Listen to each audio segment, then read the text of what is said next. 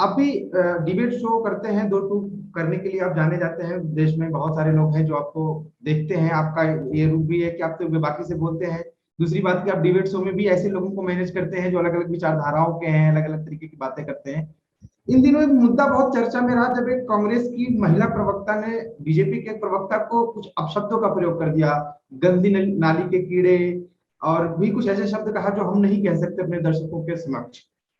तो आपको क्या लगता है कि डिबेट्स का स्तर बौद्धिक रूप से इतना गिरता क्यों जा रहा है भारत में? भारत एक विमर्श का देश रहा है, बुद्धिजीवियों का देश रहा है, जहां पे शंकराचार्य और मंडन मिश्र बैठ करके शास्त्रार्थ करते रहे हैं, अपने अलग विचारधाराओं का संगम होता रहा है।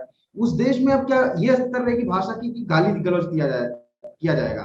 तो मैं आपके माध्यम से जानना चाहता हूँ कि कैसे हो जाता है डिबेट शो में ऐसी चीजें कैसे हो जाती हैं? मतलब क्या माहौल इतना गर्म हो जाता है स्टूडियो के अंदर कि बस कुछ भी कह देना है, किसी को गाली गलौज भी कर देना है, और ऐसा ही होता रहेगा डिबेट? सौरभ जी, ये बड़े दुर्भाग्य की बात है जिस तरह की इस वक्त हमारे यहाँ पत्रकारिता हो रही है, जिस तरह की हमारे डिबेट्स हो रही हैं। ये और जो अभी हाल में जो इंसिडेंट्स हुए वो तो बहुत ही शर्मनाक इंसिडेंट है। इस तरह की भाषा, मतलब एक शब्द तो उसमें इस्तेमाल किया था, मैंने उसको ट्वीट भी किया। गल आगे कुछ और वर्ड था, वो मैं और आप यहाँ पर बैठ कर कुछ भी टक्कर भी नहीं कर सकते। कांग्रेस के एक प्रवक्ता ने उस शब्द का इस्तेमाल किया टेलीविजन में। तो ये तो बड़ा ही, ये एक तो मैं मानता हूँ कि एक तो ये है कि अगर आप इतने सालों में देखेंगे, एक तो प्रवक्ताओं का स्तर जो है बहुत कम हो गया है, तमाम प्रवक्ताओं की अगर आप बात करेंगे, क्योंकि प्रवक्ताओं के बाद अब फैक्ट्स नहीं होते, कुछ गंभीर चर्चा करने का नहीं होता, तो उसके कारण जो है वो इस तरह की गाली गलौज करना शुरू कर देते हैं। माहौल बहुत गर्माया है, इसमें कोई दो राय नहीं। मेरे शो में खुद भी कई बार ऐसा हो चुका कि एक प्रवक्ता आए, उन्होंने कुछ कह दिया, लेकिन मैं एक बात को एक बड़ा दिलचस्प आपको वाकया बताता हूँ। जब मेरे एक शो में, मैं जब शो कर रहा था, दीप सिद्धू के बारे में एक बात आई थी कि दीप सिद्धू जो है, जब 26 जनवरी वाला इंसिडेंट हुआ था, तो दीप सिद्धू को लेकर के 26 जनवरी वाले इंसिडेंट में जो लाल किले पर जो हंगामा हुआ था, उसको लेकर हम लोग शो कर रहे थे। वहां मेरे कांग्रेस के जो प्रवक्ता थे, मेरे मित्र हैं, उनके साथ हमने चाय पकौड़े बैठ के खाए हैं। लेकिन वो अक्सर मेरे शो में आते हैं, गर्म हो जाते हैं, पता नहीं, मुझे नहीं मालूम इतने गर्म क्यों होते हैं, लेकिन वो हो जाते हैं, उनकी आदत है। तमाम टेलीविजन चैनल में ऐसे ही करते हैं। पहले तो यहाँ पे मैं ये बता दूं कि हाँ, क्योंकि इसी से जुड़ा महत्वपूर्ण सवाल है, क्योंकि बहुत सारे लोग समझते नहीं। तो जब इस तरह की कुछ चीज होती है ना, तो लोग अक्सर हम एंकर्स को या टेलीविजन वालों को बोलते हैं, अरे आप इनको बुलाते बुलाते क्यों, वैसे प्रवक्ता बुलाते क्यों हो? ये तय करना टेलीविजन चैनल और एंकर के हाथ में नहीं होता। आजकल क्या होता है, मान लीजिए मैं एक विषय पर डिबेट कर रहा हूँ, तो मुझे मान लीजिए बीजेपी कांग्रेस के प्रवक्ता चाहिए, तो मैं बीजेपी को बोलूंगा, बीजेपी जो मीडिया कोऑर्डिनेटर है उसको बोलूंगा कि भाई मैं इस विषय पे इतने बजे डिबेट कर रहा हूँ, तो बीजेपी तय करेगी कि मेरे चैनल पर, मेरे शो में कौन सा प्रवक्ता आएगा। इसी तरह से कांग्रेस का साथ भी है। कांग्रेस वाले बताते हैं कि कि आप मेरी डिबेट में इतने बजे इस विषय पे कौन सा प्रवक्ता है। तो हम लोगों के हाथ में प्रवक्ता तय करना बिल्कुल नहीं है। तो एक तो चीज ये होगी। तो मैं जब बता रहा था कि वो जो प्रवक्ता मेरे शो में आए, तो उन्होंने छूटते ही कहा, उन्होंने कहा कि अशोक जी, आपको मालूम है कि दीप सिद्धू को सरकार ने विदेश में जो है भगवा दिया, क्योंकि वो बीजेपी का आदमी था, तो दीप सिद्धू को उसको भगा दिया, वो विदेश में सुरक्षित बैठे। तो मैंने उनसे सिर्फ इतना पूछा, मैंने कहा सर, आप जो कह रहे हैं, मैं सिर्फ इतना आपसे पूछना चाहूंगा कि आप जो कह रहे हैं कि आपके पास इसकी पुख्ता जानकारी है क्या?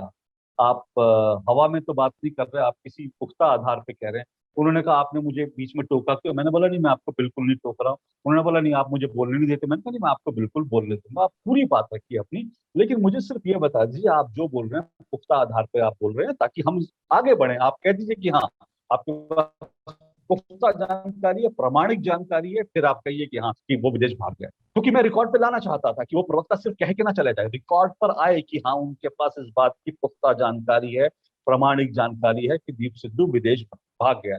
वो ये नहीं कहा, उन्होंने बाकी सब कुछ कहा। उन्होंने कहा अरे आप भी जो बाकी चैनल हैं, आप भी उनकी तरह करने लगे, आप मुझे बोलने का मौका नहीं। उन्होंने जब शब्द इस्तेमाल किया, तो मैंने कहा आलोक जी, आप मैंने उन प्रवक्ता को कहा, आप जिस पार्टी से आए हैं ना, उस पार्टी को ये शोभा देता है, ना मेरे चैनल को ये शोभा देता है कि आप इस तरह की बात करें, इस तरह के शब्दों का इस्तेमाल करें। आप मेरे चैनल पर तो अपमान बाद में कर रहे हैं, लेकिन जिस पार्टी ने आपको भेजा उसका आप अपमान कर रहे हैं। तो उसके बाद जो है वो डिबेट को छोड़कर चले गए कि नहीं नहीं, मैं ऐसे नहीं बैठता, आप मुझे बोलने नहीं देते।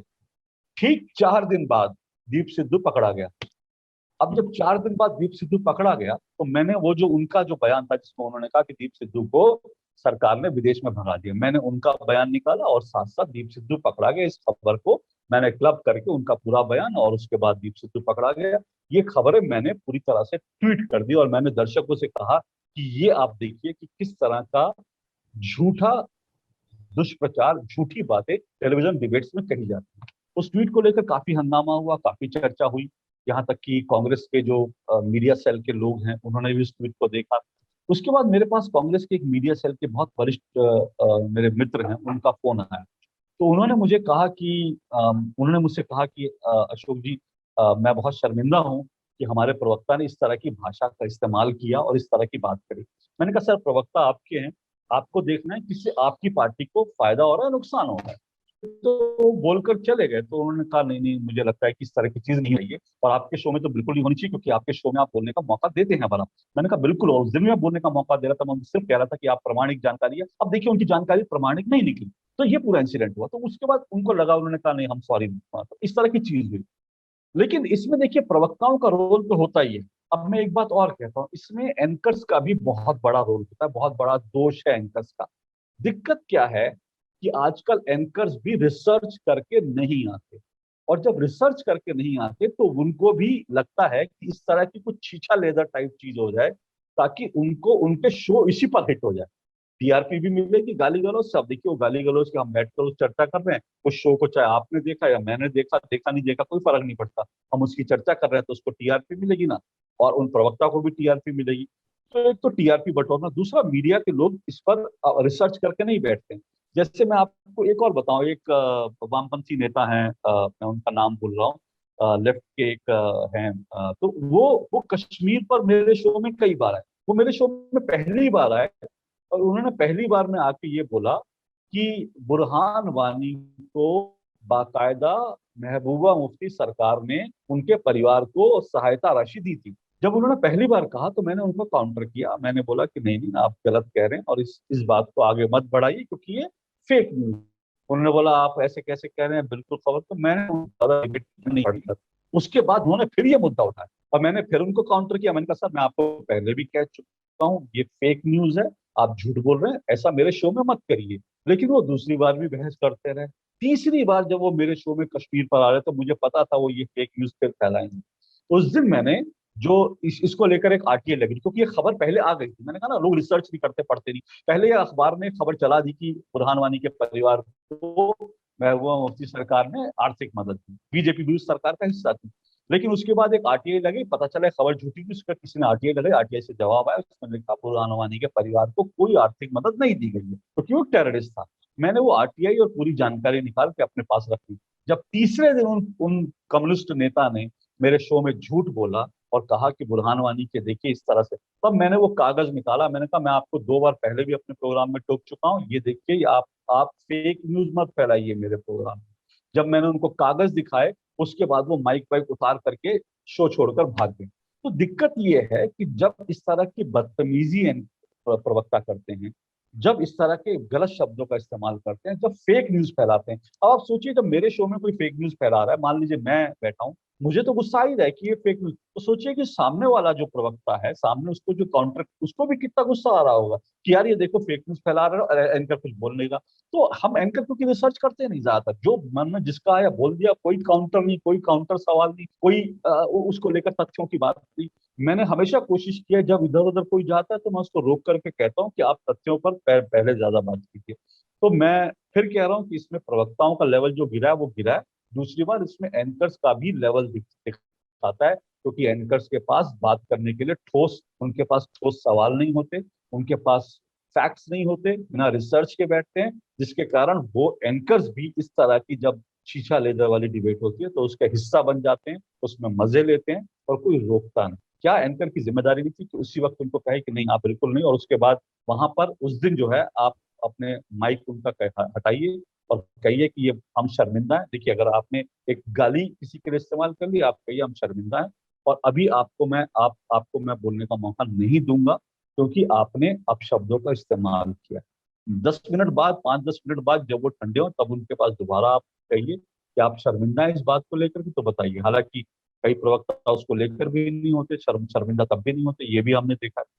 लेकिन ठीक है, फिर भी मुझे लगता है कि एंकर्स को भी जितना एफर्ट करना चाहिए, टीवी चैनल्स को भी जितना एफर्ट्स करना चाहिए, वो जरूर करना चाहिए। दुर्भाग्य की बात यह है, असली बात यह है, इसके बाद अब मैं आता हूँ आखिरी बिंदु पर इससे जुड़ा, कि सवाल यह है कि इस तरह की बात होने के बाद आप देखिए, कल या परसों जब ये घटना होगी, उसके बाद कई चैनल्स ने उन्हीं दो एंकर्स को अपने शो में रखकर उसको प्रचार किया, क्योंकि अब वो दो लोगों की व्यक्तिगत लड़ाई बना दी गई। मुद्दा छूट गया पीछे, डिबेट छूट गई पीछे, फैक्ट्स छूट गए पीछे।